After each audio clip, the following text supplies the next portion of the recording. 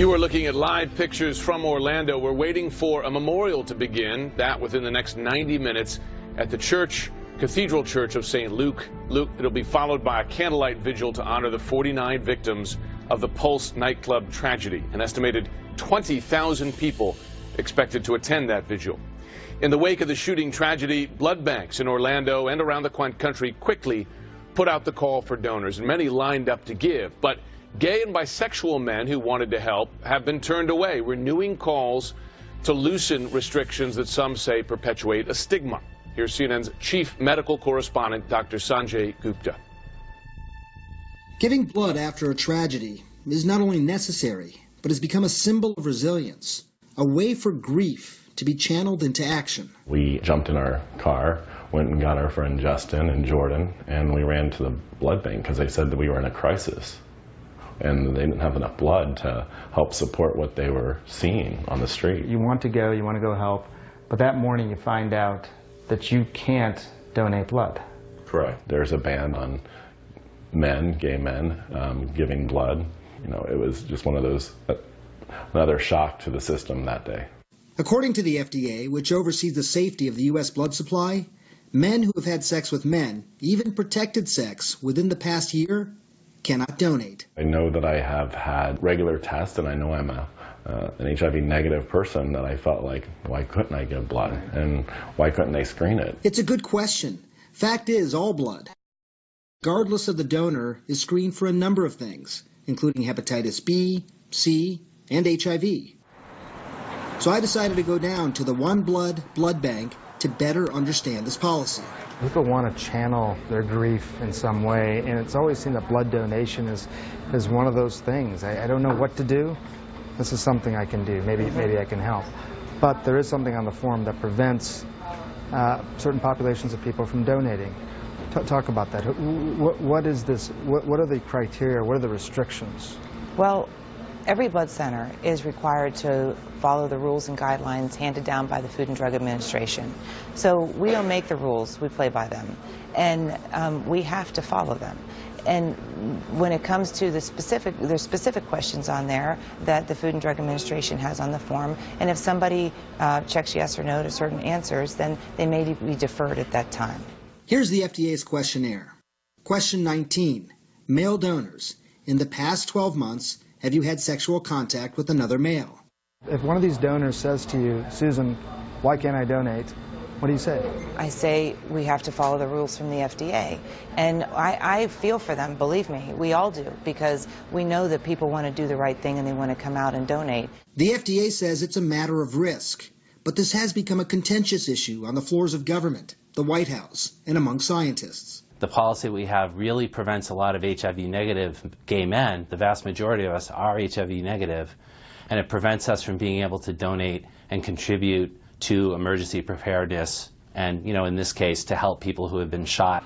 It's a policy that may no longer make sense in the wake of advancing science and tremendous need. It's a matter of more like 100 to 200 units as opposed to just a few units, as some hospitals keep. We had one patient that threw almost 200 units of blood just in the first 24 hours. Fortunately, there was enough goodwill here in Orlando to keep up with the tremendous demand for blood. But the inability of people like Scott to donate has added insult to injury. No, and I mean, I think the word would be you feel discriminated, right? I mean, you go down there, you're crying, all of our friends are coming together at that moment because we just wanted to help. And then to be told you couldn't because, again, it's the same thing we felt for the last few days. Just because we love each other, just because we care for each other, that we can't do this. And it's infuriating. It makes us want to stand up and scream from the mountaintops, like, why is our blood not good enough? Dr. Sanjay Gupta, CNN, Orlando. Is that how you feel? Now, the Food and Drug Administration did change its blood donation policy for gay and bisexual men just last year. Prior to December 2015, the FDA had a lifetime blood donor ban for all men who had sexual contact with other men, even once. Now the ban only applies to men who had sex with another man in the past 12 months. I want to bring in Illinois Congressman Mike Quigley. He's fighting to change the FDA's blood donor policy for gay and bisexual men. Congressman Quigley, thanks for coming on the air today. Thanks, Jim, for having me on. So I understand you and two of your colleagues have drafted a letter to the FDA commissioner asking the ban be ended. It has 109 signatures, including from 4 Republicans. Sadly, that's not close to a majority. In your view, is there a realistic chance that you can get this policy changed? Well, we started 7 years ago and didn't look like we had any chance at all. But even back then, the FDA said that this was a suboptimal policy. It took us almost 6 years to get to the point where they changed what you described to a 1-year deferral instead of a lifetime ban. I'd like to think that science and common sense will get us to a point where we eliminate this discriminatory policy. Let me ask you this, because the key issue seems to be this time period between infection and showing the antibodies for HIV, which is how the blood is screened. According to the NIH, the National Institutes of Health, it takes about 3 months for the body to produce enough antibodies. It could take 6 months for some people. So you have this period where you might be infected, but you're not showing the signs that would then have that blood screened out. How do you handle that issue and that concern? Yeah, I think first you change the questionnaire to reflect that. Second, you recognize the discrimination exists because of the questionnaire. Just remember that straight men who are practicing unsafe sex with multiple partners are not denied this opportunity to give life-saving blood, while a straight man in a 30-year monogamous relationship is denied that same right. We trust this questionnaire a great deal, so I think it makes sense to be consistent with those who participate. So you're saying that in effect, and this is factually true, we know that gay or straight men and women can be exposed to the HIV virus. So you think both the policy and the questionnaire should reflect that? Absolutely. The science has changed, and the medical communities and the blood bank communities agree. This should be a risk-based decision, not one on orientation. Let me ask you this, because HIV sadly has been around for a number of decades now. You've had this. You have a couple problems in terms of reporting, right? One is that you have this window before the antibodies show up.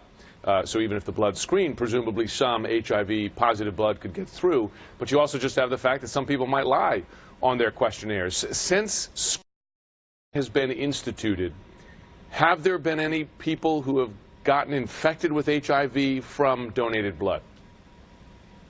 None that we're aware of. We're planning to meet with the administrators from HHS and the FDA to go over this analysis, help us understand the science that they're basing their decisions on. What's clear to us is the science has improved screening dramatically. The questionnaires have improved. We have to remember that this policy was put in place in the middle of the AIDS crisis, and it was a lifetime ban. We've learned a lot since then. We need to know what additional research has to go into place to improve the science of screening, just to make the whole blood supply safer, putting aside the issue of gay men donating. Congressman Mike Quigley, thanks very much.